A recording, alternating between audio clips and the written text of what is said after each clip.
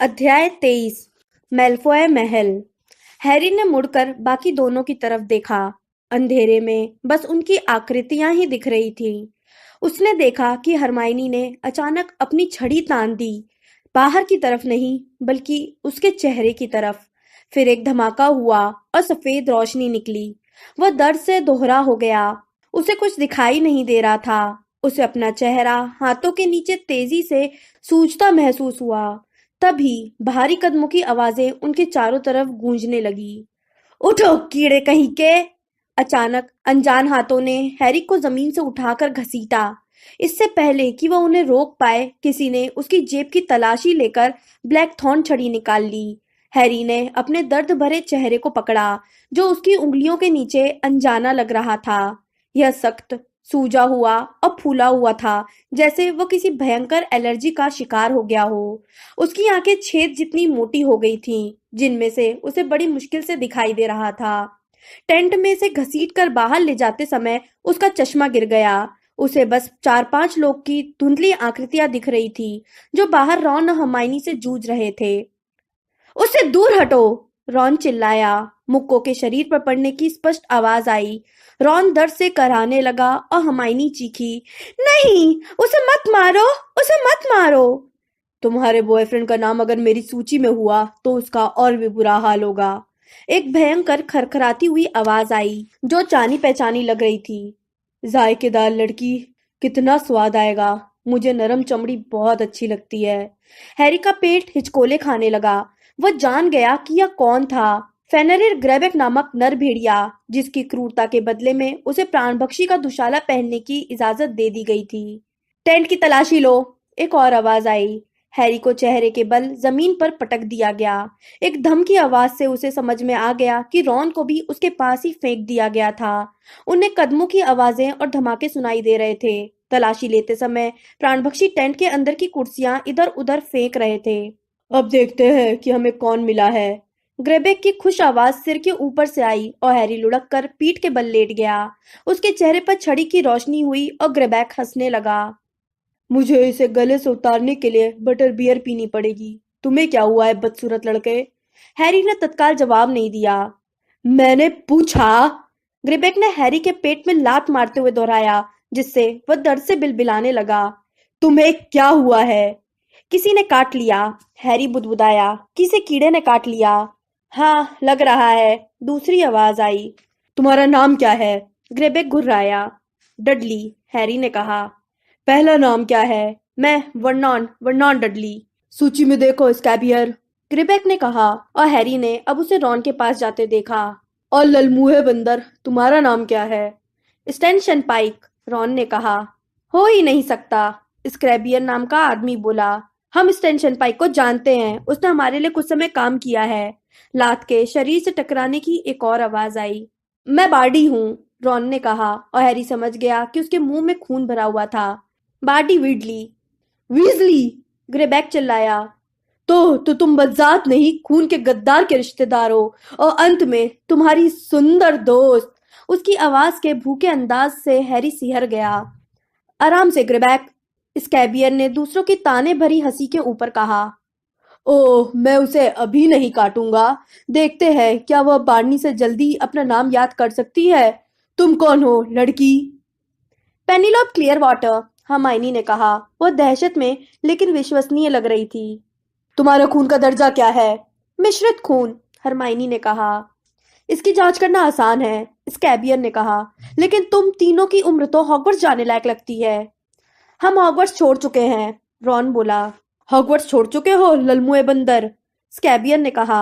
और तुमने कैंपिंग करने का फैसला कर लिया, और तुमने मजे के लिए शैतानी शहंशाह का नाम ले लिया। मजे के लिए नहीं, रॉन बोला। गलती से। गलती से? ताने भरी हंसी दोबारा सुनाई दी। तुम्हें पता है शैतानी शहंशाह का नाम कौन लेता है, वीजली? ग्रिबैक गुर्राया। माया पंछी का समूह, इसके बारे में तुमने सुना है? नहीं। अच्छा, वे शैतानी शहंशाह के प्रति सम्मान नहीं दिखाते हैं, इसलिए इस नाम को प्रतिबंधित कर दिया गया है। इस तरकीब से समूह के कुछ सदस्य पकड़ में आ भी चुके हैं। तुम्हें भी देखते हैं। इन लोगों को बाकी दोनों कैदियों के साथ बांध दो। किसी ने हैरी के बाल पकड़कर उसे उठाया और थोड़ी दूर घसीट कर ले गया।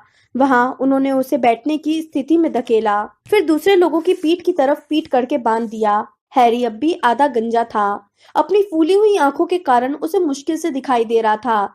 जब आखिरकार उन्हें बांधने वाला आदमी दूर चला गया तो हैरी ने बाकी कैदियों से फुसफुसा कर पूछा, किसी के पास अब भी छड़ी है? नहीं, रॉन और हरमाइनी ने उसके दोनों ओर से कहा। सब मेरी गलती की वजह से हुआ। मैंने नाम लिया था, मुझे अफसोस है। हैरी, यह एक नई लेकिन जानी पहचानी आवाज थी और यह हैरी के ठीक पीछे से आई थी, हरमाइनी के बाईं तरफ बंधे व्यक्ति की ओर से। डीन? ओह, यह तो तुम हो। अगर उन्हें पता चल गया कि उनकी पकड़ में कौन आ गया है। वे धरपकड़ गैंग के सदस्य हैं। वे भगोड़ों को पकड़कर मंत्रालय से इनाम में सोना लेना चाहते हैं। एक रात के हिसाब से सौदा बुरा नहीं है, ग्रेबैक कह रहा था जब कील जड़े जूते हैरी के पास से गुजरे और उन्हें टेंट के भीतर से कई धमाके सुनाई दिए। एक बदजात, एक भगोड़ा पिशाच और 3 भगोड़े बच्चे। तुमने उनके नाम सूची में देखे स्कैबियर? वह गरजा। हाँ ग्रेबैक, इसमें किसी वर्नॉन डडली का नाम नहीं है। दिलचस्प है, ग्रेबैक ने कहा। यह तो दिलचस्प है। वह हैरी के पास उकड़ू बैठ गया। हैरी ने अपनी फूली पलकों के बीच की बहुत छोटी दरार में से एक चेहरा देखा जिस पर सफेद बाल और मूछें थी। उसके दांत नुकीले और भूरे थे तथा उसके मुंह के कोनों पर घाव थे। ग्रेबैक के पास से अभी भी वैसी ही बदबू आ रही थी जैसी मीनार के ऊपर डंबलडोर के मरते वक्त आई थी, धूल, पसीने और खून की। तो तुम्हारी तलाश नहीं हो रही है वर्नॉन? या तुम्हारा नाम तो सूची में है लेकिन तुम अपना असली नाम नहीं बता रहे हो? तुम हॉगवर्ट्स में किस हाउस में थे? नाग शक्ति में, हैरी ने अपने आप कह दिया। स्कैबियर ने अंधेरे में से ताना मारते हुए कहा। अजीब बात है, सभी यही जवाब देते हैं क्योंकि उन्हें लगता है कि हम यही सुनना चाहते हैं, लेकिन उनमें से कोई भी हमें यह नहीं बता पाता है कि नाग शक्ति का कॉमन रूम कहाँ है। तहखाने में, हैरी ने स्पष्टता से कहा। दीवार में से दाखिल होना पड़ता है। इसमें खोपड़ियां और ऐसी ही चीजें भरी हैं। यह झील के नीचे है, इसलिए इसमें हरी रोशनी रहती है। थोड़ी देर खामोशी छाई रही। अरे अरे, लगता है हमने सचमुच नागशक्ति वाले को पकड़ लिया है, स्कैबियर ने कहा। तुम्हारे लिए अच्छा है वर्नॉन, क्योंकि नागशक्ति के ज्यादातर लोग बदजात नहीं है। तुम्हारे पिता कौन है? वे मंत्रालय में काम करते हैं, हैरी ने झूठ बोल दिया। वो जानता था कि जरा सी जांच से उसकी पूरी कहानी बिखर जाएगी, लेकिन दूसरी तरफ उसके पास उतना ही समय था जितना उसके हुलिये के सामान्य होने में लगता। इसके बाद उसका भांडा वैसे ही फूट जाएगा। जादुई दुर्घटना और विनाश विभाग में। जानते हो ग्रेबैक, स्कैबियन ने कहा, मुझे लगता है कि वहां एक डडली काम करता है। हैरी की सांस अटक गई। क्या किस्मत, सिर्फ किस्मत उसे इस झमेले से सही सलामत निकाल सकती है। ओह ओह, ग्रेबैक ने कहा और हैरी को उसकी बेरहम आवाज में हल्के से डर का एहसास हुआ। वह जानता था ग्रेबैक सोच रहा होगा कि कहीं उसने सचमुच मंत्रालय के किसी अधिकारी के बेटे पर हमला करके उसे बांध तो नहीं दिया था। हैरी का दिल उसकी पसलियों पर बंधी रस्सियों से टकरा रहा था। उसे लग रहा था कि यह ग्रेबैक को दिख सकता है। बदसूरत लड़के, अगर तुम सच बोल रहे हो तो तुम्हें मंत्रालय जाने में नहीं घबराना चाहिए। मुझे उम्मीद है कि तुम्हारे पिता तुम्हें उनके पास पहुंचाने के लिए हमें इनाम देंगे। लेकिन, हैरी ने कहा और उसका मुंह सूख चुका था, अगर आप हमें छोड़ दें। सुनो, टेंट के भीतर से चिल्लाने की आवाज आई। जरा यहाँ तो आकर देखो ग्रेबैक। एक स्याह आकृति भागती हुई उनकी तरफ आई। हैरी ने उन लोगों की छड़ियों की रोशनी में चांदी की चमक देखी। उन्हें गरुड़द्वार की तलवार मिल गई थी। बहुत सुंदर, ग्रेबैक ने उससे अपने साथी से लेते हुए प्रशंसा भरे स्वर में कहा।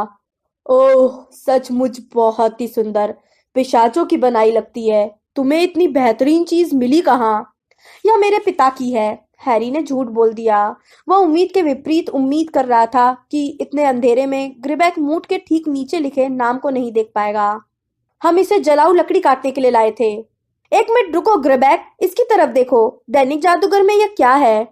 जब स्कैबियर ने यह बात कही तो हैरी का निशान जो उसके फूले हुए माथे पर नजर नहीं आ रहा था बुरी तरह दुखने लगा। हैरी अपने आसपास की चीजों को उतना साफ नहीं देख पा रहा था जितना कि एक ऊंची इमारत को। यह भयंकर किले जैसी लग रही थी, बिल्कुल काली और डरावनी। वोल्डेमॉर्ट के विचार अचानक एक बार फिर ब्लेड की तरह पैने हो गए थे। वह उस ऊंची इमारत की तरफ बड़ी खुशी से उड़कर जा रहा था। इतने करीब, इतने करीब। जबरदस्त इच्छा शक्ति का इस्तेमाल करके हैरी ने अपने दिमाग को वोल्डेमॉर्ट के विचारों से दूर किया और खुद को वहां खींचा जहां वह बैठा था। वह अंधेरे में रॉन, हर्माइनी, डीन और ग्रिपुक से एकदम सटकर बंधा हुआ था तथा ग्रेबेक और स्कैबियर की बातें सुन रहा था। हर्माइनी ग्रेंजर, स्कैबियर कह रहा था, वह बदजात जो हैरी पॉटर के साथ यात्रा कर रही है। हैरी का निशान खामोशी में दुखने लगा, लेकिन उसने वोल्डेमॉर्ट के मन में न जाने और वर्तमान में बने रहने की पूरी कोशिश की। उसे ग्रेबेक के जूतों की चरमराहट सुनाई दी जब वह हरमाइनी के सामने उकड़ू बैठा। जानती हो लड़की, यह तस्वीर तो तुम्हारे जैसी लगती है। यह नहीं है, यह मेरी नहीं है। हरमाइनी की दहशत भरी चीख एक तरह से स्वीकृति ही थी। हैरी पॉटर के साथ यात्रा कर रही है, ग्रिबेक ने धीरे से दोहराया। चारों तरफ खामोशी छा गई। हैरी का निशान बहुत तेजी से दुख रहा था, लेकिन वह वोल्डेमॉर्ट के विचारों की ओर खिंचाव के खिलाफ पूरी ताकत से जूझ रहा था। अपने दिमाग को सही रखना उसके लिए पहले कभी इतना महत्वपूर्ण नहीं था। तो इससे तो स्थिति बदल जाती है ना? ग्रिबेक फुसफुसाया। कोई कुछ नहीं बोला। हैरी को एहसास हुआ कि पूरा धरपकड़ गैंग स्तब्ध होकर देख रहा था। उसे अपनी बाह पर हरमाइनी की बाह कांपती महसूस हुई। ग्रिबेक उठकर खड़ा हुआ और हैरी की दिशा में 2 कदम आगे बढ़ा। वह एक बार फिर उकड़ू बैठकर हैरी के विकृत चेहरे को गौर से देखने लगा। तुम्हारे माथे पर यह क्या है वर्नॉन? उसने धीरे से पूछा। उसकी सांस की बदबू हैरी के नथुनों में भर रही थी जब उसने हैरी के निशान पर अपनी गंदी उंगली दबाई। इसे छुओ मत! हैरी चिल्लाया। वह खुद को रोक नहीं पाया। उसे लग रहा था कि इससे दर्द के मारे उसे मतली आ जाएगी। तुम तो शायद चश्मा पहनते हो पॉटर, ग्रिबेक बोला। मुझे चश्मा भी मिला था, धड़पकड़ गैंग का पीछे मंडराता एक सदस्य बोला। ग्रिबेक, टेंट में चश्मा था, जरा ठहरो। और कुछ ही पल बाद हैरी का चश्मा उसके चेहरे पर झटके से लगा दिया गया। धड़पकड़ गैंग के सभी सदस्य अब करीब आकर उसे घूर रहे थे। वही है, ग्रिबेक खरखराती आवाज में बोला। हमने पॉटर को पकड़ लिया है। वे सभी कुछ कदम पीछे हट गए और इस बात पर हैरान होने लगे कि उन्होंने क्या कमाल कर दिया है। हैरी अब भी अपने निशान के दर्द से बचकर वर्तमान में बने रहने के लिए जूझ रहा था, इसलिए कुछ नहीं कह पाया। उसके दिमाग की सतह पर टूटी तस्वीरें उमड़ रही थी। वह काले किले की ऊंची दीवारों के चारों तरफ उड़ रहा था। नहीं, वह हैरी था जो बंधा हुआ था, जिसके पास छड़ी नहीं थी और जो भयंकर खतरे में था। ऊपर, सबसे ऊपर की खिड़की, सबसे ऊंची मीनार, वह हैरी था और धरपकड़ गैंग के सदस्य धीमी आवाजों में बातचीत कर रहे थे कि उसका क्या किया जाए। उड़कर अंदर जाने का समय। मंत्रालय चलें? मंत्रालय जाए भाड़ में, ग्रेबेक गुर्राया। वे इसका श्रेय ले लेंगे और हमें कुछ नहीं मिलेगा। मैं तो कहता हूँ कि हम इसे सीधे तुम जानते हो कौन के पास ले चलते हैं। क्या तुम उन्हें बुला सकते हो यहाँ? स्क्रैबियन ने श्रद्धा और भय के साथ दहशत में पूछा। नहीं, ग्रेबेक गुर्राया। मैं नहीं, लोगों का कहना है कि वे मेलफॉय महल में डेरा डाले हैं। हम लड़के को वहीं ले चलते हैं। हैरी जानता था कि ग्रेबेक ने वोल्डेमॉर्ट को क्यों नहीं बुलाया था। नरभेड़िए की सेवाएं लेते समय उसे प्राणभक्षी के दुशाले पहनने की इजाजत तो दी जा सकती थी, लेकिन सिर्फ वोल्डेमॉर्ट के विश्वसनीय सेवकों को ही शैतानी निशान से गोदा जाता था। ग्रेबेक को अभी यह सबसे ऊंचा सम्मान हासिल नहीं हुआ था। हैरी के निशान में एक बार फिर दर्द की लहर उठी और वह रात के अंधेरे में ऊपर उड़ा तथा सीधे मीनार की सबसे ऊंची खिड़की की तरफ उड़ने लगा। पूरा यकीन है कि यह वही है। अगर यह पॉटर नहीं हुआ ग्रेबेक, तो हमारी जान चली जाएगी। यहाँ मुखिया कौन है? ग्रेबेक दहाड़ा। और तुम जानते हो कौन को बुलाने की अपनी असमर्थता को छिपाने की कोशिश की। मैं कहता हूँ कि यह पॉटर ही है। उसके और उसकी छड़ी के बदले में 2 लाख गैलियन का इनाम मिलेगा। लेकिन अगर तुम लोग इतने डरपोक हो कि साथ चलने से घबरा रहे हो, तो यह सारा इनाम मुझ अकेले को मिल जाएगा। इसके अलावा अगर किस्मत अच्छी रही तो यह लड़की भी मुझे मिल जाएगी। काली चट्टान में बहुत छोटी सी खिड़की थी, इतनी छोटी कि कोई आदमी उसमें से नहीं निकल सके। खिड़की के अंदर एक कंकाल जैसी आकृति नजर आ रही थी जो कंबल के नीचे दुबकी थी। यह पक्का नहीं था कि यह आकृति मरी हुई थी या सोई हुई थी। ठीक है, स्क्रैबियन ने कहा। ठीक है, हम भी चलते हैं। और इन बाकी लोगों का क्या करे ग्रेबैक? सभी को ले चलते हैं। हमारे पास 2 बज़ात है, यानी 10 गैलियन और मिलेंगे। इसके साथ ही मुझे तलवार भी दे दो। अगर ये माड़े हुए तो हमारी किस्मत चमक जाएगी। कैदियों को उठाकर खड़ा कर दिया गया। हैरी को हरमाइनी की तेज तेज और दहशत भरी सांस लेने की आवाज सुनाई दे रही थी। कसकर पकड़ना, मैं पॉटर को पकड़ता हूँ, ग्रिबेक ने कहा और हैरी के बाल अपनी मुट्ठी में कसकर पकड़ लिए। उसके लंबे पीले नाखून हैरी की खोपड़ी में चुभ रहे थे। 3 की गिनती पर 1, 2, 3 वे अंतर ध्यान हो गए और अपने साथ कैदियों को खींच कर ले गए। हैरी जूझा। उसने ग्रेबैक का हाथ झटक कर खुद को आजाद करने की कोशिश की, लेकिन यह कोशिश बेकार थी क्योंकि रॉन और हर्माइनी उसके दोनों तरफ इतने कसकर बंधे थे कि वह उनसे अलग नहीं हो सकता था। जब उसका दम घुटने लगा तो उसके निशान का दर्द और तेज हो गया। वह सांप की तरह खिड़की के छेद में से अंदर घुसा और कोठरी जैसे कमरे के भीतर धुएं की तरह हल्के से नीचे उतरा। देहाती इलाके की गली में पहुंचकर कैदी एक दूसरे से टकराए। हैरी की आंखें अब भी सूजी हुई थी, इसलिए उसे नए माहौल को समझने में कुछ समय लगा। फिर उसे एक लंबे रास्ते के आखिर में लोहे का गेट दिखा। उसे हल्की सी राहत महसूस हुई। सबसे बुरी चीज अब तक हुई नहीं थी, वोल्डेमॉर्ट यहाँ नहीं था। हैरी जानता था कि वोल्डेमॉर्ट किसी किले जैसी जगह पर मीनार के ऊपर था, क्योंकि वह उसकी तस्वीर को अपने दिमाग से बाहर रखने के लिए जूझ रहा था। जब वोल्डेमॉर्ट को हैरी के यहाँ होने का पता चलेगा तो उसे यहाँ पहुंचने में कितना वक्त लगेगा, यह दीगर बात है। धरपकड़ गैंग के एक सदस्य ने गेट के पास जाकर उसे हिलाया। हम अंदर कैसे जाएंगे? ताला लगा है ग्रेबैक, मैं इसे खोल नहीं। उसने डर कर अपने हाथ दूर हटा लिए। लोहा सिकुड़ रहा था और एक डरावने चेहरे में बदल रहा था, जिसने गूंजती आवाज में कहा, काम बताओ। हम पॉटर को लाए हैं, ग्रेबैक ने विजय के उल्लास में गरजते हुए कहा। हमने हैरी पॉटर को पकड़ लिया है। गेट खुल गया। चलो, ग्रेबैक ने अपने आदमियों से कहा और कैदियों को धकाता हुआ गेट के अंदर वाले रास्ते पर आगे ले गया। वे ऊंचे बागड़ों के बीच चल रहे थे, जिससे उनके कदमों की आहट दब रही थी। हैरी को अपने ऊपर एक भुताहा सफेद आकृति दिखाई दी और उसे एहसास हुआ कि वह एक मोर है। वह गिर गया और उसे ग्रेबैक ने उठाकर खड़ा किया। अब उसे लड़खड़ा कर तिरछा चलना पड़ रहा था, क्योंकि वह 4 कैदियों की पीठ से बंधा हुआ था। अपनी फूली आंखें बंद करके उसने अपने निशान के दर्द को एक पल हावी होने का मौका दिया। वह जानना चाहता था कि वोल्डेमॉर्ट क्या कर रहा है। क्या वो जानता था कि हैरी पकड़ा गया है? पतले कंबल के नीचे कंकाल जैसी आकृति हिली और उसकी तरफ पलटी। कंकाल जैसे चेहरे की आंखें खुली। दुबला कमजोर आदमी उठकर बैठ गया। उसकी धसी हुई आंखें वोल्डेमॉर्ट पर जमी थी और फिर वह मुस्कुराया। उसके ज्यादातर दांत टूट चुके थे। तो तुम आ गए। मैं सोचता था कि तुम आओगे किसी दिन, लेकिन तुम्हारी यात्रा बेकार गई। मेरे पास वो कभी थी ही नहीं। झूठ मत बोलो। जब वोल्डेमॉर्ट का गुस्सा उसके भीतर धधकने लगा तो हैरी के निशान का दर्द असहनीय हो गया। हैरी ने अपना दिमाग खींचकर अपने शरीर में लौटाया और वर्तमान में रहने के लिए संघर्ष करने लगा। ग्रेबैक और उसके साथी कैदियों को छोटी गिट्टियों के ऊपर धका कर ले जा रहे थे। उन सभी पर रोशनी पड़ी। एक औरत की ठंडी आवाज आई, यह सब क्या है?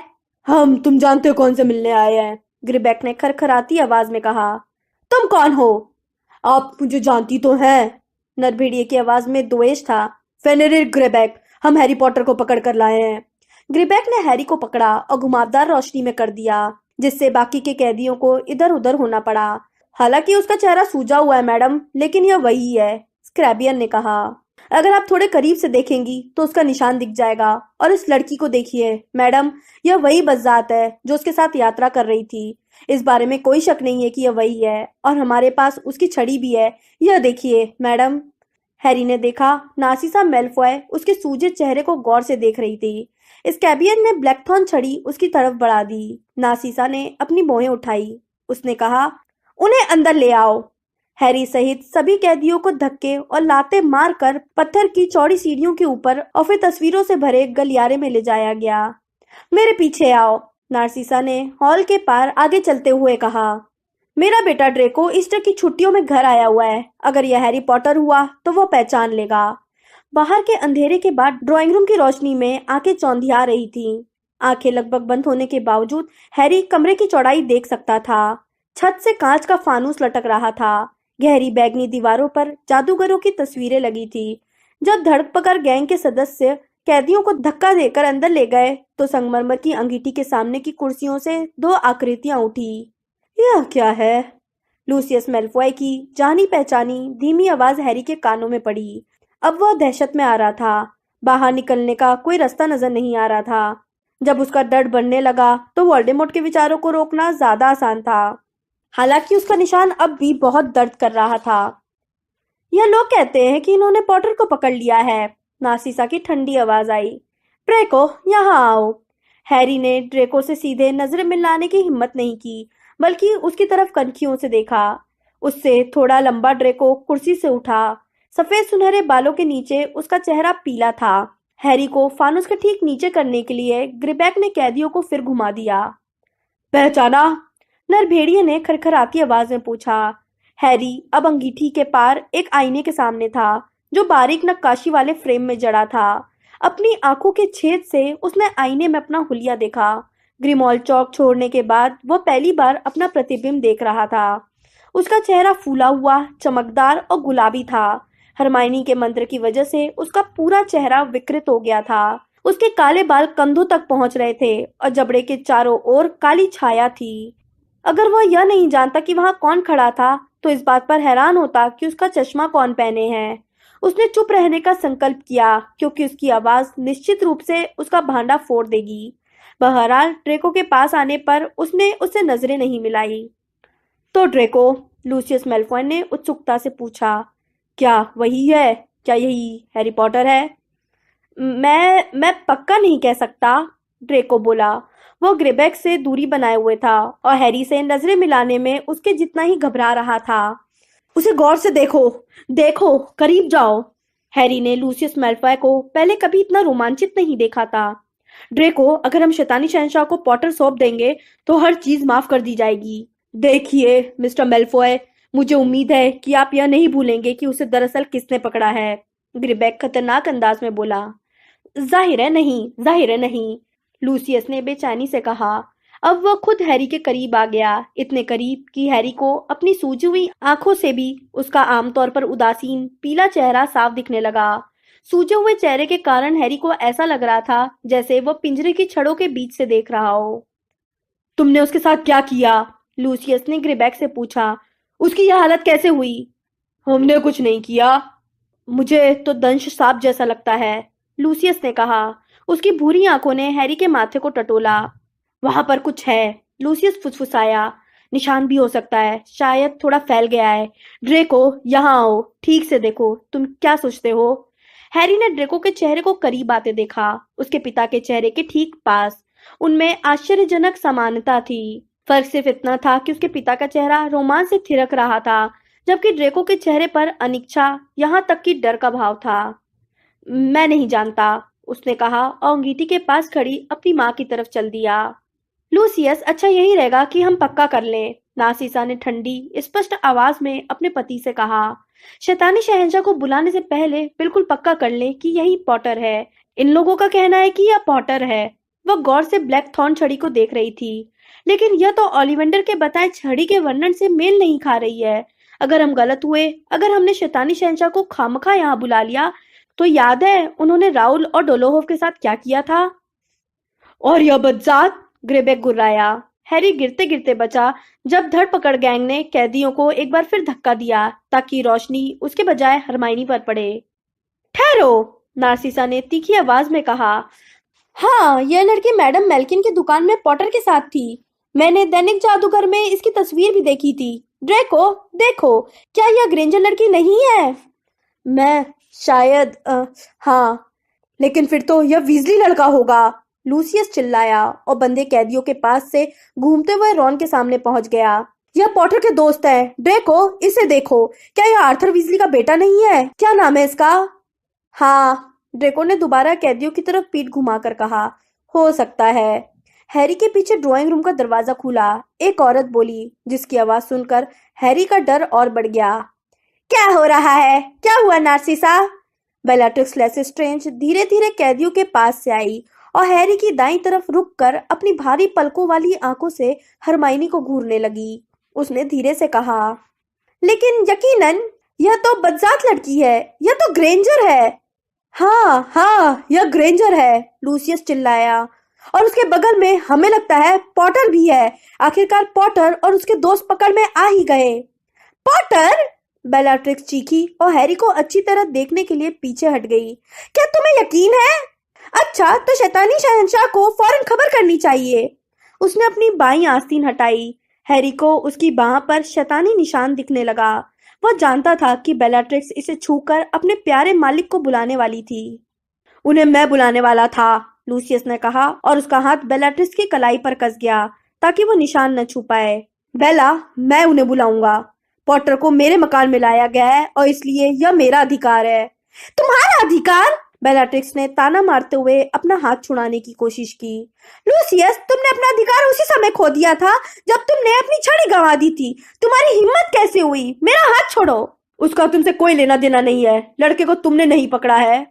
माफ करना मिस्टर मैल्फॉय, ग्रेबेक बीच में बोल पड़ा। लेकिन पॉटर को तो हम लोगों ने पकड़ा है और इनाम में मिलने वाले सोने पर भी हम लोगों का ही हक है। सोना? बेलाट्रिक्स हंसी, जो अब भी अपने बहन के पति से हाथ छुड़ाने की कोशिश कर रही थी। उसका खाली हाथ जेब में रखी छड़ी को खोज रहा था। गंदे लालची आदमी, इनाम वाला सोना तुम ही रखना। मुझे सोना नहीं चाहिए, मुझे तो सिर्फ उनकी प्रशंसा चाहिए। उसने जूझना छोड़ दिया। उसकी गहरी आंखें किसी चीज पर जम गई थी।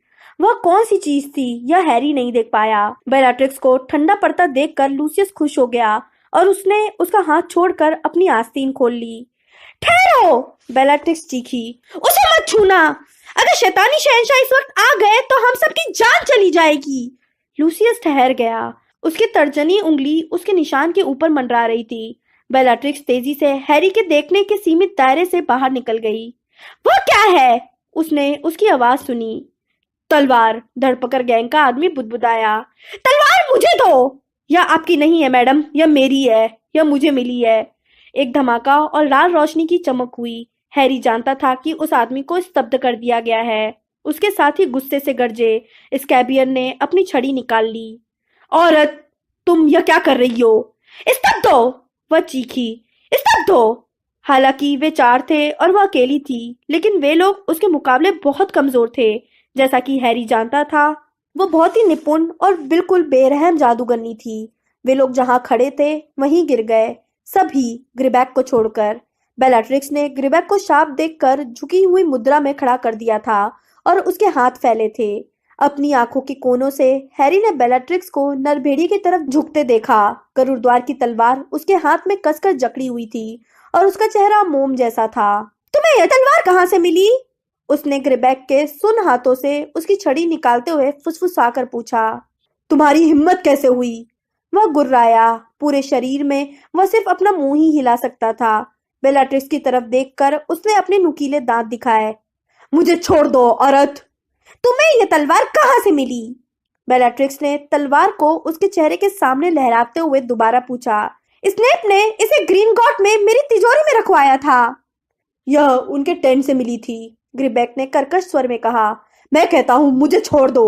बेलाट्रिक्स ने अपनी छड़ी लहराई और नरभेड़िया उछलकर खड़ा हो गया। हालांकि वह एहतियात के तौर पर बेलाट्रिक्स के पास नहीं गया। वह एक कुर्सी के पीछे खड़ा हो गया और उसने अपने गंदे मुड़े नाखूनों से इसके पिछले हिस्से को पकड़ लिया। ड्रेको, इस कचरे को बाहर ले जाओ, बेलाट्रिक्स ने धड़ पकड़ गैंग के स्तब्ध साथियों की तरफ इशारा करते हुए कहा। अगर तुम में उन्हें खत्म करने की हिम्मत ना हो तो आंगन में ही पड़ा छोड़ देना। मैं आकर उन्हें खत्म कर दूंगी। तुम ड्रेको से इस तरह बात करने की जरूरत मत करो, नार्सिसा ने गुस्से में कहा। लेकिन बेलाट्रिक्स चिल्लाई। चुप रहो नार्सिसा, तुम कल्पना भी नहीं कर सकती कि स्थिति कितनी गंभीर है। हमारे सामने बहुत गंभीर समस्या है। वह हाफ रही थी और तलवार की मूठ को गौर से देख रही थी। फिर वह खामोश कैदियों की ओर मुड़ी। और अगर यह पॉटर है तो इसे बिल्कुल भी कोई नुकसान नहीं होना चाहिए। वह बुदबुदाई और ऐसा लग रहा था जैसे वह यह बात दूसरों की बजाय खुद को बता रही हो। शैतानी शहंशाह पॉटर को खुद खत्म करना चाहते हैं, लेकिन अगर उन्हें पता चल गया, मुझे मालूम करना ही होगा। उसने दोबारा अपनी बहन की तरफ चेहरा घुमाया। कैदियों को तहखाने में पहुंचवा दो, तब तक मैं सोचती हूँ कि क्या करना है। बेला, यह घर मेरा है, तुम मेरे घर में आदेश मत दो। यह काम कर दो, तुम्हें अंदाजा भी नहीं है कि हम कितने बड़े खतरे में हैं। बेलाट्रिक्स चिल्लाई। वह डरी और पगलाई हुई दिख रही थी। उसकी छड़ी से आग की हल्की सी लहर निकली जिससे गलीचे में छेद हो गया। नार्सिसा ने एक पल झिझकने के बाद नरभेड़िए से कहा। ग्रिबैक, कैदियों को नीचे तहखाने में ले जाओ। ठहरो, बेलाट्रिक्स तीखी आवाज में बोली। सिवाय इस बदजात लड़की के। ग्रिबैक ने खुशी की हुंकार भरी। नहीं, रॉन चिल्लाया, उसकी जगह मुझे रख लो। बेलाट्रिक्स ने उसे चांटा मारा जिसकी आवाज पूरे कमरे में गूंज गई। अगर वह पूछताछ में मर जाती है तो उसके बाद मैं तुम्ही से पूछताछ करूंगी। बेलाट्रिक्स ने कहा। मेरे लिए बज्जात के बाद खून के गद्दारी आते हैं। ग्रेबैक, उन्हें नीचे ले जाओ और अच्छी तरह बांध के रखना, लेकिन उनके साथ और कुछ मत करना, कम से कम अभी। बेलाट्रिक्स ने ग्रेबैक की छड़ी उसकी तरफ उछाल दी। फिर उसने अपने दुशाले के नीचे से चांदी का एक छोटा सा चाकू निकाला। बेलाट्रिक्स ने हरमाइनी की रस्सियां काटकर उसे बाकी सदस्यों से अलग कर दिया और उसके बाल पकड़कर कमरे के बीच में ले गई, जबकि ग्रेबैक बाकी सभी कैदियों को दूसरे दरवाजे के पार एक अंधेरे गलियारे में ले गया। उसकी छड़ी सामने की ओर थी और अदृश्य शक्ति की तरह उन्हें खींच रही थी। लगता है लड़की से पूछताछ पूरी करने के बाद वह मुझे उसे काटने का मौका देगी। ग्रेबैक उन्हें गलियारे में आगे ले जाते हुए बोला। मुझे एक दो स्वादिष्ट टुकड़े खाने को मिल जाएंगे, है ना ललमुए बंदर। हैरी रॉन की कपकपी महसूस कर सकता था। उन लोगों को सीढ़ियों से नीचे ले जाया जा रहा था। अब भी उनकी पीठ से पीठ बंधी थी और यह डर था कि किसी भी पल फिसलने पर गर्दन टूट सकती है। सबसे नीचे एक भारी दरवाजा था। ग्रेबैक ने अपनी छड़ी ठोक कर इसे खोला। इसके बाद वो उन्हें एक अंधेरे और सीलन भरे कमरे में छोड़कर लौट गया। तहखाने के दरवाजे के बंद होने की गूंज अभी खत्म भी नहीं हुई थी कि उनके ठीक ऊपर से एक भयंकर लंबी चीख सुनाई दी। हमाइनी! रॉन गरजा और बंधी हुई रस्सियों से आजाद होने के लिए कसमसाने लगा, जिससे हैरी लड़खड़ा गया। हरमाइनी! चुप रहो, हैरी ने कहा। चुप रहो रॉन, हमें कोई तरीका खोजना होगा। हरमाइनी! हरमाइनी! हमें योजना बनानी होगी। चिल्लाना बंद करो, हमें इन रस्सियों को खोलना होगा। हैरी! अंधेरे में किसी के फुसफुसाने की आवाज आई। रॉन, क्या तुम लोग हो? रॉन ने चिल्लाना छोड़ दिया। उनके करीब कुछ हलचल हुई। फिर हैरी ने एक छाया को करीब आते देखा। Harry, Ron, Luna? हाँ, मैं ही हूँ। ओह नहीं, मैं नहीं चाहती थी कि तुम लोग पकड़े जाओ। लूना, क्या तुम इन रस्सियों को खोलने में हमारी मदद कर सकती हो? हैरी ने कहा। ओह हाँ, मुझे लगता तो है। एक पुरानी कील है जिसका इस्तेमाल हम चीजों को तोड़ने के लिए करते हैं। एक मिनट रुको। ऊपर हरमाइनी एक बार फिर चीखी। साथ ही बेलाट्रिक्स के चिल्लाने की आवाज भी आई। हालांकि वे उसके शब्द नहीं सुन पाए, क्योंकि उसी समय रॉन दोबारा चिल्लाने लगा। हरमाइनी! हरमाइनी! मिस्टर ओलिवेंडर, हैरी ने लूना को कहते हुए सुना। मिस्टर ओलिवेंडर, क्या आपके पास कील है? अगर आप बस थोड़ा सा उधर खिसक जाएं। मुझे लगता है कि यह पानी के जग के पास थी। कुछ ही पलों में वो लौट आई। उसने कहा, तुम लोग स्थिर रहना। वह गांठों को खोलने के लिए रस्सी के सख्त रेशों पर कील चलाने लगी। उन्हें ऊपर से आती बेलाट्रिक्स की आवाज सुनाई दी। मैं तुमसे एक बार फिर पूछ रही हूँ, तुम्हें तलवार कहाँ मिली? कहाँ? हमें हमें यह पड़ी मिली थी। हमें यह पड़ी मिली थी। प्लीज! हरमाइनी एक बार फिर चीखी। रॉन पहले से ज्यादा तेजी से कसमसाने लगा और जंग लगी कील हैरी की कलाई पर गिर गई। रॉन, प्लीज हिलो मत, लूना फुसफुसाई। मुझे अंधेरे में कुछ भी नहीं दिख रहा है कि मैं क्या कर रही हूँ। मेरी जेब, रॉन बोला। मेरी जेब में एक बत्ती बंद यंत्र है, उसमें रोशनी भरी है। कुछ पल बाद एक क्लिक हुई। बत्ती बंद यंत्र ने लैंपों से जो बत्तियां चूसी थी वे छत की ओर उड़ने लगी। चूंकि उन्हें अपना स्रोत नहीं मिल पाया, इसलिए वे छोटे सूरज की तरह कमरे में ऊपर लटकी रहीं। तहखाने में रोशनी की बाढ़ आ गई। हैरी ने लूना को देखा, जिसके सफेद चेहरे पर आंखें ही चमक रही थी। इसके अलावा उसे छड़ियां बनाने वाले ओलिवेंडर की आकृति दिखी, जो एक कोने में फर्श पर स्थिर पड़ा हुआ था। हैरी ने गर्दन मोड़कर अपने साथी कैदियों को देखा। डीन था और ग्रिपुक नामक पिशाच भी था, जो बेहोशी के कगार पर दिख रहा था और बाकी लोगों के साथ रस्सियों से बंधे होने के कारण अपने पैरों पर खड़ा था। ओह, इससे काम आसान हो गया। धन्यवाद रॉन, लूना बोली और दोबारा उनकी गठाने काटने लगी। हेलो डीन, ऊपर से बेलाट्रिक्स की आवाज आई। तुम झूठ बोल रही हो, गंदी बदसात, और मैं यह बात जानती हूँ। तुम ग्रिंगॉट की मेरी तिजोरी में घुसी थी। सच्चाई बताओ, सच्चाई बताओ। एक और भयंकर चीख सुनाई दी। हमाइनी, तुमने वहां से और क्या उठाया? तुमने और क्या उठाया? मुझे सच सच बताओ, वरना मैं कसम खाती हूँ छुरा भोंक दूंगी। यह लो, हैरी को रस्सियां गिरती हुई महसूस हुई। अपने कलाइयों को मलते हुए वह मुड़ा और उसने देखा कि रॉन तहखाने में भाग रहा था और नीची छत को देखते हुए कोई चोर दरवाजा खोज रहा था। घाव और खून से भरे चेहरे वाले डीन ने लूना को धन्यवाद दिया और कांपता हुआ खड़ा हो गया, लेकिन ग्रिपहुक शराबी की तरह डगमगा कर तहखाने के फर्श पर लुढ़क गया। उसके सांवले चेहरे पर कई घाव नजर आ रहे थे। रॉन अब बिना छड़ी के अंतर्ध्यान होने की कोशिश कर रहा था। कोई रास्ता नहीं है रॉन, लूना ने उसकी बेकार कोशिशों को देखते हुए कहा। तहखाने से बच निकलने का कोई उपाय नहीं है। पहले मैंने भी कोशिश की थी। मिस्टर ओलिवेंडर काफी समय से यहाँ है, उन्होंने हर चीज आजमा कर देख ली है। हरमाइनी दोबारा चीख रही थी। उसकी आवाज हैरी को शारीरिक दर्द की तरफ भेद रही थी। अपने निशान की बुरी टीस के बावजूद वह तहखाने में भागा और दीवारों को टटोलने लगा, हालांकि वह जानता था कि वह खामखा कोशिश कर रहा है। तुमने वहां से और क्या लिया? और क्या? मेरी बात का जवाब दो, पीड़ित हो! हरमाइनी की चीखें ऊपर की मंजिल की दीवारों से टकराकर गूंज रही थी। रॉन सुबक रहा था और दीवार पर मुक्के मार रहा था। हैरी ने हताशा में अपनी गर्दन में लटका हैग्रिड का दिया पाउच निकाला और उसमें टटोलने लगा। उसने डंबलडोर की सुनहरी गेंद निकालकर हिलाई। उसे उम्मीद थी कि कुछ होगा, लेकिन कुछ नहीं हुआ। उसने मायापंछी की छड़ी के टूटे टुकड़े लहराए, लेकिन वे बेजान थे। आईने का टुकड़ा चमकता हुआ फर्श पर गिर गया और उसे बहुत नीली चमक दिखी। आईने में से डंबलडोर की आंख उसे घूर रही थी। हमारी मदद करो! वह पागलपन भरी हताशा में इससे चीखते हुए बोला। हम लोग मेल्फॉय महल के तहखाने में हैं, हमारी मदद करो! आग झपकी और गायब हो गई। हैरी को यकीन भी नहीं था कि उसे सचमुच आग दिखी थी। उसने आईने के टुकड़े को इधर उधर घुमाया, लेकिन उसमें उनकी जेल की दीवारों और छत के सिवाय कुछ नजर नहीं आया। ऊपर की मंजिल पर हरमाइनी पहले से ज्यादा बुरी तरह चीख रही थी और बगल में रॉन गरज रहा था। हरमाइनी! हरमाइनी! तुम लोग मेरी तिजोरी में कैसे घुसे? उन्होंने बेलाट्रिक्स को चीखते हुए सुना।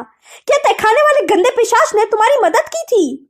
हम उससे आज रात को ही मिले हैं, हरमाइनी सुबकी। हम आपके तिजोरी के भीतर कभी नहीं गए। यह असली तलवार नहीं है, यह तो असली तलवार की नकल है, बस नकल है।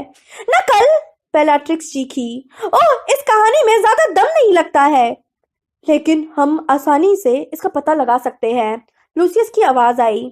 ड्रेको, पिशाच को ले आओ, वह हमें बता देगा कि तलवार असली है या नहीं। हैरी तहखाने के पार भागा, जहां ग्रिपहुक फर्श पर पड़ा था।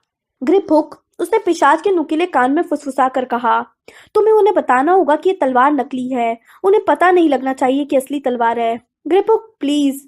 उसे किसी के तहखाने की सीढ़ियां उतरने की आवाज सुनाई दी। अगले ही पल दरवाजे के पीछे से ड्रेको की कांपती हुई आवाज आई। पीछे हट जाओ, दीवार से टिककर लाइन में खड़े हो जाओ, कोई गड़बड़ मत करना वरना मैं तुम्हें मार दूंगा। उन्होंने ऐसा ही किया। जब ताला खुला तो रॉन ने बत्ती बंद यंत्र को क्लिक कर दिया और रोशनी वापस उसकी जेब में पहुंच गई तथा तहखाने में अंधेरा हो गया। दरवाजा खुला और मेल्फॉय अंदर आया। उसकी छड़ी उसके सामने थी और उसका पीला चेहरा संकल्पवान दिख रहा था। उसने पिशाच की बाह पकड़ी और उसे घसीटता हुआ वापस चला गया। दरवाजा तेजी से बंद हो गया और उसी पल तहखाने की भीतर कड़ाक की जोरदार आवाज सुनाई दी। रॉन ने बत्ती बंद यंत्र को क्लिक किया। रोशनी के 3 गोले उसकी जेब से निकलकर हवा में उड़ने लगे। रोशनी होते ही उन्हें डॉबी नाम का घरेलू जिन नजर आया, जो उनके बीच अभी अभी प्रकट हुआ था। डॉ! हैरी ने रॉन की बाह पर हाथ मारा ताकि उसे चिल्लाने से रोक सके। रॉन खुद भी अपनी गलती पर बुरी तरह पछता रहा था। ऊपर की तरफ छत के पार कदमों की आहट हुई। ड्रेको ग्रिपहुक को बेलाट्रिक्स के पास ले जा रहा था। डॉबी की बड़ी बड़ी टेनिस की गेंद के आकार की आंखें फैली थी। वह पैरों से लेकर कान की नोक तक कांप रहा था। वह अपने पुराने मालिक के घर में लौट आया था और साफ दिखाई दे रहा था कि वह दहशत में था। Harry Potter! वह चूचू की आवाज करते हुए बोला। डॉबी आपको बचाने आया है। लेकिन तुम्हें कैसे? एक भयंकर चीख ने हैरी के शब्द को दबा दिया। हरमाइनी को दोबारा यातना दी जा रही थी। वो मुद्दे की बात पर आ गया। तुम इस तहखाने से अंतर्ध्यान होकर बाहर जा सकते हो? उसने डॉबी से पूछा, जिसने कान फड़फड़ाकर सहमति में सिर हिलाया। और तुम इंसानों को भी ले जा सकते हो? डॉबी ने दोबारा सिर हिलाया। ठीक है डॉबी, मैं चाहता हूँ कि तुम लूना, डीन और मिस्टर ओलिवेंडर को ले जाओ। उन्हें ले जाओ बिल ऑफ लर के घर, रॉन बोला। टिनवर्थ के बाहरी इलाके में बने शेल कॉटेज में। घरेलू जिन ने तीसरी बार सिर हिलाया। और फिर वापस लौट आना, हैरी ने कहा। क्या तुम यह काम कर सकते हो डॉबी? बिल्कुल हैरी पॉटर, छोटा जिन फुसफुसाकर बोला। वह जल्दी से मिस्टर ओलिवेंडर के पास गया, जो बमुश्किल होश में दिख रहे थे। उसने उनका हाथ अपने हाथ में लिया, फिर दूसरा हाथ लूना और डीन की ओर बढ़ाया, लेकिन उनमें से कोई नहीं हिला। हैरी, हम तुम्हारी मदद करना चाहते हैं, लूना फुसफुसाई।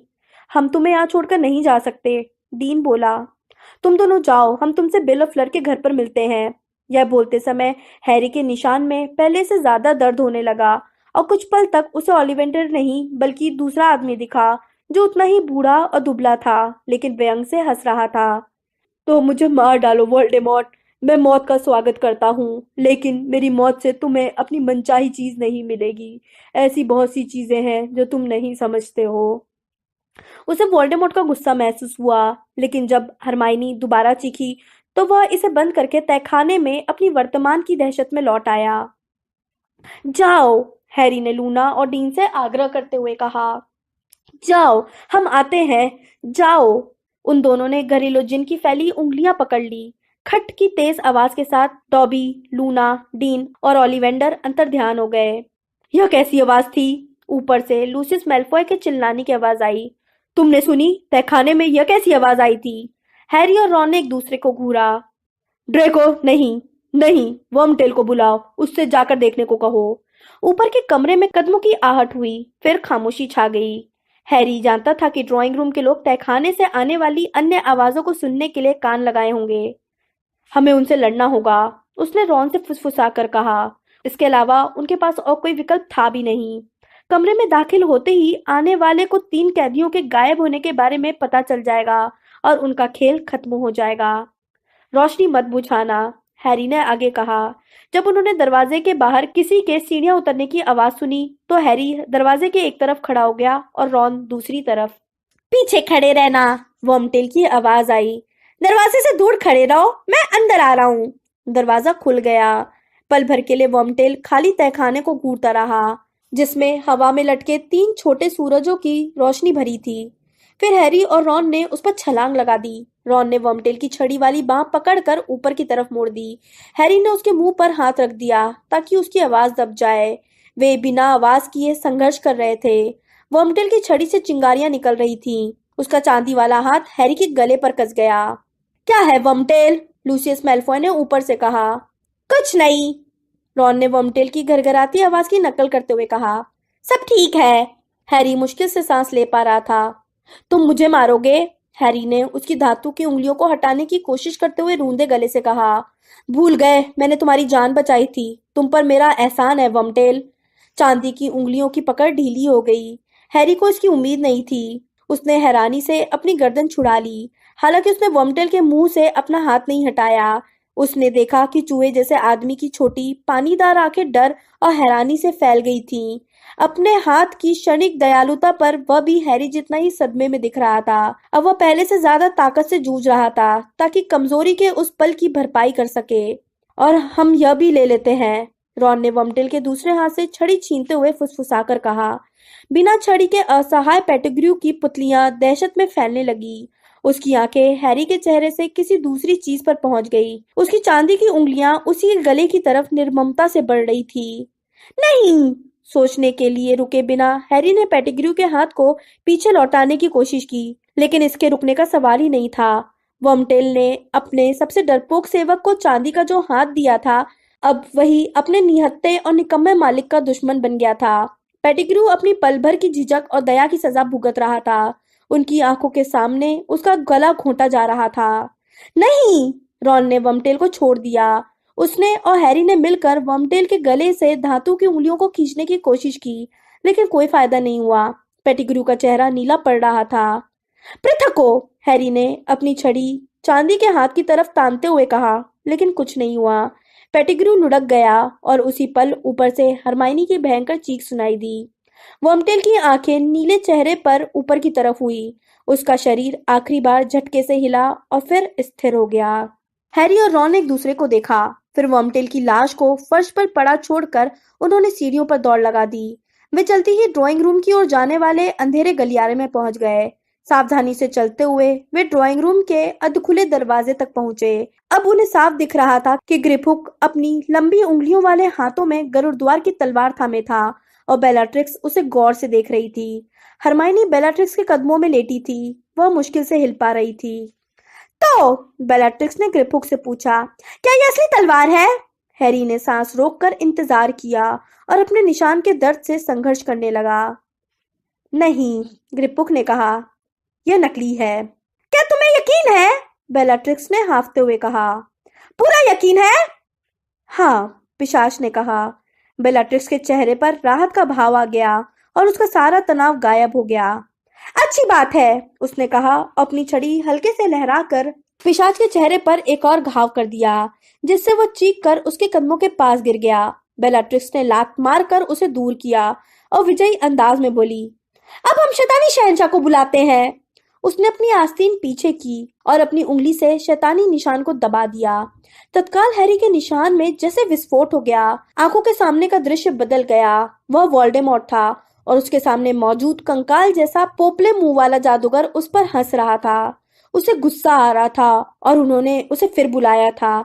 उसने उन्हें चेतावनी दे दी थी। उसने उन्हें बता दिया था कि वे पॉटर से कम किसी चीज के लिए न बुलाए। अगर वे गलत हुए, मुझे मार डालो, बूढ़े आदमी ने कहा। तुम जीत नहीं पाओगे, तुम जीत नहीं सकते। वह छड़ी कभी कभी तुम्हारी नहीं हो पाएगी। वोल्डेमॉर्ट का गुस्सा लावे की तरफ बाहर निकला। जेल की कोठरी में हरी रोशनी का विस्फोट हुआ और कमजोर बूढ़ा शरीर बिस्तर से उड़ा तथा बेजान होकर गिर पड़ा। वोल्डेमॉर्ट खिड़की के पास लौटा। उसका गुस्सा अब बेकाबू था। अगर उनके पास उसे बुलाने का अच्छा कारण नहीं हुआ तो वह उन्हें इसका मजा चखाएगा। और मुझे लगता है, बेलाट्रिक्स की आवाज आई, हम बज्जात को मार डालते हैं। ग्रिबैक, अगर तुम उसे चाहो तो ले लो। नहीं, रॉन ने ड्राइंग रूम में दौड़ लगा दी थी। बेलाट्रिक्स ने घूम कर देखा और सदमे में आ गई। उसने अपनी छड़ी रॉन की तरफ तानी। निरस्त्र भव, रॉन ने वर्मटेल की छड़ी बेलाट्रिक्स पर तानते हुए कहा। बेलाट्रिक्स की छड़ी हवा में उड़ गई और हैरी ने उसे पकड़ लिया, जो रॉन के पीछे पीछे कमरे में घुस गया था। लूसियस, नासिसा, ड्रेको और ग्रिबैक मुड़े। हैरी चिल्लाया, स्तब्ध हो! लूसियस मैल्फॉय कालीन पर गिर पड़ा। ड्रेको, नासिसा और ग्रिबैक की छड़ियों से रोशनी की लहरें उड़ने लगीं। उनसे बचने के लिए हैरी ने फर्श पर छलांग लगा दी और लुढ़कता हुआ एक सोफे के पीछे पहुंच गया। रुक जाओ, वरना इसकी जान चली जाएगी। हांफते हुए हैरी ने सोफे के पीछे से झांका। बेलाट्रिक्स बेहोश सी हरमाइनी को उठाई थी और उसका चांदी का छोटा चाकू हरमाइनी के गले पर सटा था। अपनी छड़ियां फेंक दो, उसने फुसफुसाकर कहा।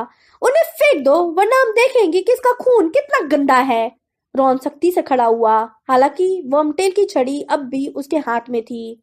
हैरी भी सीधा खड़ा हो गया, हालांकि वह भी बेलाट्रिक्स की छड़ी पकड़े था। मैंने कहा छड़ियां फेंक दो, वह चीखी और उसने चाकू की नोक हरमाइनी के गले पर गड़ा दी। हैरी को वहां खून की बूंदें नजर आने लगी। ठीक है, वो चिल्लाया। उसने बेलाट्रिक्स की छड़ी फर्श पर अपने पैरों के पास पटक दी। रॉन ने भी वर्मटेल की छड़ी के साथ ऐसा ही किया। दोनों ने अपने हाथ कंधे तक ऊपर उठा दिए। अच्छी बात है, वह बोली। ड्रेको, उन्हें उठा लो। हैरी पॉटर, शैतानी शहंशाह आ रहे हैं, तुम्हारी मौत आ रही है। हैरी यह बात जानता था। उसके दर्द के मारे उसका निशान फटा जा रहा था। वो महसूस कर सकता था कि वोल्डेमॉर्ट आसमान में उड़ता हुआ आ रहा है, एक काले और तूफानी समुद्र के ऊपर। जल्दी ही वह इतने करीब आ जाएगा कि अंतर्ध्यान होकर यहाँ आ सके। हैरी को बाहर निकलने का कोई रास्ता नहीं सूझ रहा था। अब, बेलाट्रिक्स ने धीरे से कहा, जब ड्रेको छड़ियां उठाकर जल्दी से ले गया। ना सीसा, मुझे लगता है कि हमें इन बहादुर बच्चों को दोबारा बांध देना चाहिए और इस बदजात लड़की को हम ग्रिबैक के हवाले कर देते हैं। ग्रिबैक, मुझे यकीन है कि तुम्हें ये लड़की देने पर शैतानी शहंशाह नाराज नहीं होंगे, क्योंकि आज रात तुमने बहुत ही अच्छा काम किया है। आखिरी शब्द पर ऊपर से एक अजीब सी सरसराहट सुनाई दी। उन सभी ने कांच के फानुस को कांपते हुए देखा। फिर तड़ाक की आवाज के साथ यह नीचे गिरने लगा। बेलाट्रिक्स इसके ठीक नीचे थी। हरमाइनी को पटक कर वह चीखी और एक तरफ छलांग लगा दी। फर्श पर कांच और जंजीरों के टकराने से विस्फोट हुआ। टूटे फानूस के टुकड़े हरमाइनी और पिशाच पर गिरे, जो अब भी गरुड़द्वार की तलवार पकड़े थे। कांच के चमकते हुए टुकड़े सभी दिशाओं में उड़ने लगे। ड्रेको दोहरा हो गया। उसके हाथ उसके खून से सने चेहरे पर थे। जब रॉन हरमाइनी को मलबे में से बाहर निकालने के लिए भागा तो हैरी ने अपना मौका ताड़ा। उसने कुर्सी लांग कर ड्रेको के पकड़ से 3 छड़ियां छुड़ा ली और उन्हें ग्रिबैक की तरफ तानकर चिल्लाया, स्तब्ध हो! 3 गुने मंत्र के कारण नरभेड़िया उड़कर छत तक पहुंचा और धम से जमीन पर गिर गया। नासिसा ने ड्रेको को अपनी ओर खींचकर नुकसान से बचाया। तब तक बेलाट्रिक्स खड़ी हो गई थी। उसके बाल उड़ रहे थे और वह चांदी का चाकू लहरा रही थी। लेकिन नार्सिसा ने अपनी छड़ी दरवाजे की तरफ कर ली थी। डॉबी! वह चीखी और यहाँ तक कि बेलाट्रिक्स भी बुत के जैसी खड़ी हुई थी। फानुस तुमने गिराया था। छोटा सा घरेलू जिन कमरे में आया। उसकी कांपती उंगलियां उसकी पुरानी मालकिन की तरफ थी। आप हैरी पॉटर को नुकसान न पहुंचाएं, वह चीखा। उसे मार डालो नार्सिसा, बेलाट्रिक्स चीखी, लेकिन एक जोरदार खट के साथ नार्सिसा की छड़ी भी हवा में उड़कर कमरे की दूसरी तरफ पहुंच गई। गंदे बंदर, बेलाट्रिक्स गर्जी। तुम्हारी यह जुर्रत कि तुम एक जादूगरनी की छड़ी ले लो, तुम्हारी यह जुर्रत कि तुम अपने मालिकों पर हमला करो। डॉबी का कोई मालिक नहीं है, जिन चिल्लाया। डॉबी एक आजाद घरेलू जिन है और डॉबी हैरी पॉटर तथा उसके दोस्तों को बचाने आया है। हैरी का निशान अब दर्द के कारण उसे अंधा किए जा रहा था। उसे हल्का सा एहसास था कि वोल्डेमॉर्ट के यहाँ तक आने में अब कुछ ही सेकंड बचे होंगे। रॉन पकड़ो और जाओ, वह उसकी तरफ एक छड़ी फेंकते हुए चिल्लाया। फिर उसने फानुस के नीचे से ग्रिपोक को खींचा। कराहते पिशाच को एक कंधे पर उठाकर, जिसने अभी तलवार को कसकर पकड़ रखा था, हैरी ने डॉबी का हाथ पकड़ा और अंतर्ध्यान होने के लिए उसी जगह पर घूम गया। अंधेरे में पहुंचते समय उसे ड्राइंग रूम की आखिरी झलक दिखी। नासिसा और ड्रेको की पीली स्तब्ध आकृतियां, रॉन के बालों की लाल लकीर और उड़ती चांदी की झलक। जब बेलाट्रिक्स का चाकू कमरे के पार उड़कर उस जगह तक आया जहां वे लोग अंतर्ध्यान हो रहे थे। बिल और फ्लर का मकान, शेल कॉटेज, बिल और फ्लर का मकान। वह अनजान जगह पर अंतर्ध्यान हो रहा था। वह बस अपने ठिकाने का नाम दोहरा सकता था और यह उम्मीद कर सकता था कि वहां पहुंचने के लिए इतना ही काफी होगा। उसके माथे का दर्द उसे बुरी तरह सता रहा था और उस पर लदे पिशाच का वजन उसे दबा रहा था। गरुद्वार की तलवार की धार उसकी पीठ में चुभ रही थी। तभी डॉबी का हाथ उसके हाथ में कांपा। वह सोचने लगा कि क्या जिन उसे सही दिशा में खींचना चाहता था। उसने उंगलियां दबाकर यह बताने की कोशिश की कि उसे इससे कोई फर्क नहीं पड़ता। और फिर वे ठोस धरती पर पहुंच गए। नमकीन हवा की महक आने लगी। हैरी घुटनों के बल गिर गया। उसने डॉबी का हाथ छोड़ दिया और ग्रिपुक को जमीन पर धीरे से लिटा दिया। तुम ठीक हो? उसने ग्रिपुक के हिलने पर पूछा, लेकिन जवाब में पिशाच करहाने लगा। हैरी ने अंधेरे में नजर डाली। तारे भरे विशाल आसमान के नीचे कुछ दूरी पर एक मकान दिख रहा था और उसे इसके बाहर हलचल दिखी। डॉबी, क्या यही शेल कॉटेज है? वह फुसफुसाया और उन छड़ियों को पकड़ा जो वो मेल्फॉय परिवार के यहाँ से लाया था। जरूरत पड़ने पर वह लड़ने के लिए तैयार था। क्या हम सही जगह पर आए हैं, डॉबी? वह मुड़ा। छोटा घरेलू जिन उससे कुछ फुट दूर खड़ा था। डॉबी! घरेलू जिन थोड़ा लहराया। उसकी चौड़ी चमकती आंखों में सितारों का प्रतिबिंब नजर आ रहा था। एक साथ उसने और हैरी ने नीचे झुककर चाकू की चांदी की मूठ देखी जो जिन के धड़कते सीने से बाहर निकल रही थी। डॉबी! डॉबी नहीं! मदद करो! हैरी मकान की तरफ जोर से चिल्लाया, जिसमें से लोग बाहर निकल रहे थे। मदद करो! वह नहीं जानता था और उसे परवाह भी नहीं थी कि वे जादूगर थे या मगलू, दोस्त थे या दुश्मन। उसे तो बस इस बात की परवाह थी कि डॉबी के सीने पर एक गहरा निशान फैल रहा था और वह हैरी की तरफ याचना भरे अंदाज में अपनी दुबली बाहें फैला रहा था। हैरी ने उसे पकड़ा और ठंडी घास पर लिटा दिया। डॉबी, नहीं! मरना नहीं! मरना नहीं! घरेलू जिन की आंखें उस पर टिक गईं और उसके होंठ कुछ बोलने के लिए कांपे। Harry Potter! और फिर हल्की सी कपकपी के साथ घरेलू जिन बिल्कुल स्थिर हो गया। उसकी आंखें अब कांच के गोलों से ज्यादा कुछ नहीं थी, जिन पर सितारों की रोशनी चमक रही थी। हालांकि अब वे सितारों को देख नहीं सकती थी।